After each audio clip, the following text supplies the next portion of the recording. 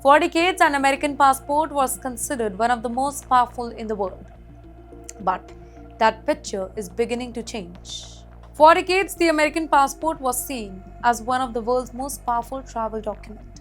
For millions of people, becoming a US citizen, it wasn't just about living in America. It was also about gaining the freedom to travel across the globe with fewer visa restrictions. But that advantage, it is no longer as strong as it once was. According to the latest global passport rankings, very shockingly, the US passport no longer occupies the number one position. Several countries in Europe and Asia now offers their citizens visa-free or visa on arrival access to more destinations than the United States. So, what really changed? Let's talk about that. Well, one of the biggest reasons is visa reciprocity. Around the globe, countries are signing more visa waiver agreements with each other, making travel easier for their citizens. At the same time, the US has adopted stricter immigration and border policy over the years. As a result, some countries have become more cautious about extending visa-free access to the American travelers. Result is simple. While the US passport remains one of the strongest in the world, it is no longer dominating global mobility the way it used to. Now, that does not mean that an American passport has suddenly lost its value, not at all. It still provides access to a large number of countries and it continues to be among the world's most respected travel document. But it also reflects a larger shift in the global balance of power.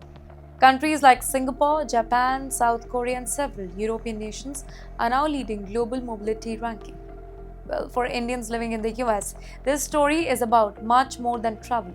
It is about planning the future, whether you are waiting for your green card, whether you are thinking about becoming a US citizen, and deciding whether to return to India. People are no longer making these decisions based on only on an immigration status.